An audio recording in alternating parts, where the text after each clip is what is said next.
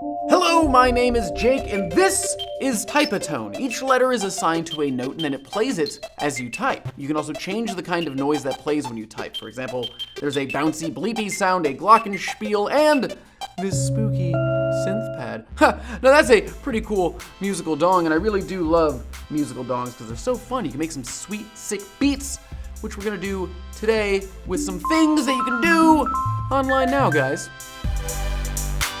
Listen to this. Does this sound out of tune to you?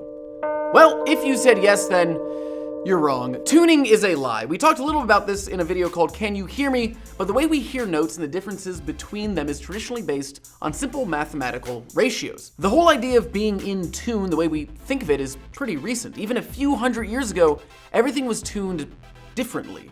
It all related back to the Overtone series, which describes how every note we hear is one fundamental note with a bunch of other notes stacked on top of it. If you want to play around with notes just as interval ratios of frequencies, this website has a fun, colorful honeycomb design and can make some truly awful noises if you're not careful. You can click the arrow on the left to change the notes on the keyboard and also the instrument. Some of these tunings are hundreds of years old, while other ones were designed for this specific website. But all of them are about balancing our subjective cultural perceptions of notes with the mathematical reality of frequencies. Our modern system of tuning called equal temperament is only about 200 years old, about as old as Michael Stevens. It's also based on ratios, but they're based on the irrational interval of the 12th root of 2, which is great for making sure every note is exactly the same length apart.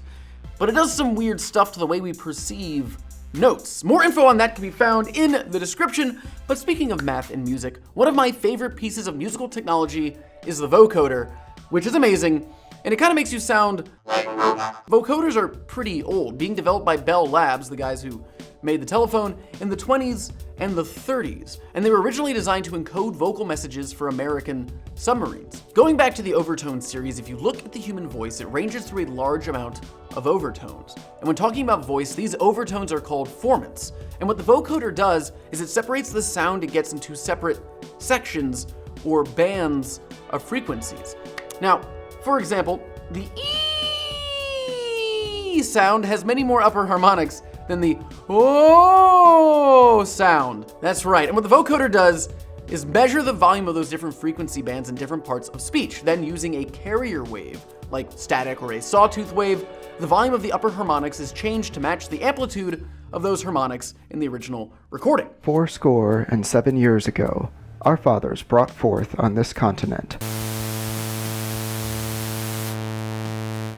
77 years ago, our fathers brought forth on this continent a new nation.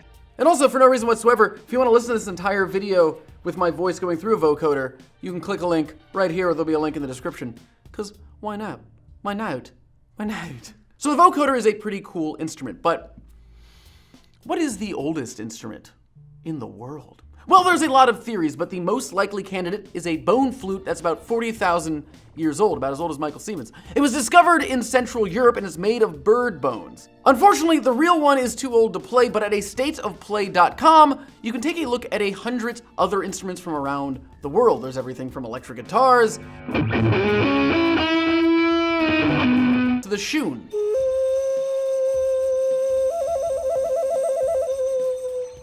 There's also an instrument called the harmonica. I don't know why we would harmonica, but it does seem like a pretty cool instrument. And there's also an ocarina here, so if you really want to relive Ocarina of Time, you can.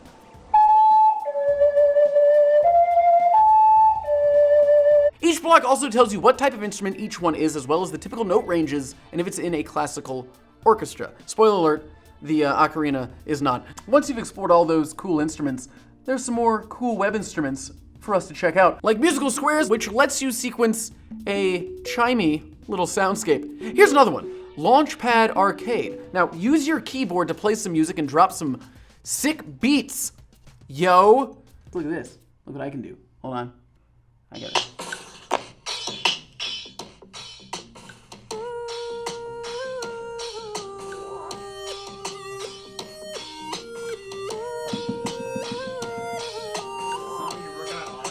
Yep.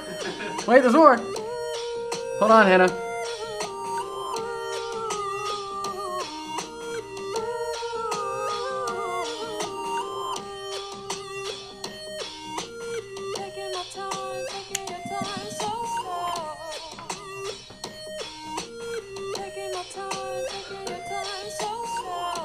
Wait, oh, it's gonna change up a little bit. So anyway, Launchpad's my personal favorite, but Jack seems to really like Patatap, which sounds like Parappa the Rapper. Patatap is like Typatone. You use your text and it makes noises. But Launchpad's the best one. Do that, make some tunes, share them specifically with Jack. Oh yeah, Jack's email is, I won't give him your email, but I'll give you a hint. It rhymes with whack@csauce.lom.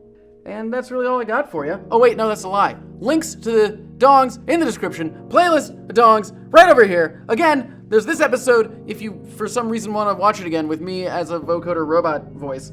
And that's about it. Wash behind your ears. Love yourself. Email Jack. Tell him that he's great. Again, it's rhymes with lack@csauce.lom. Hopefully you can figure that out. I believe in you. And as always, thanks for watching.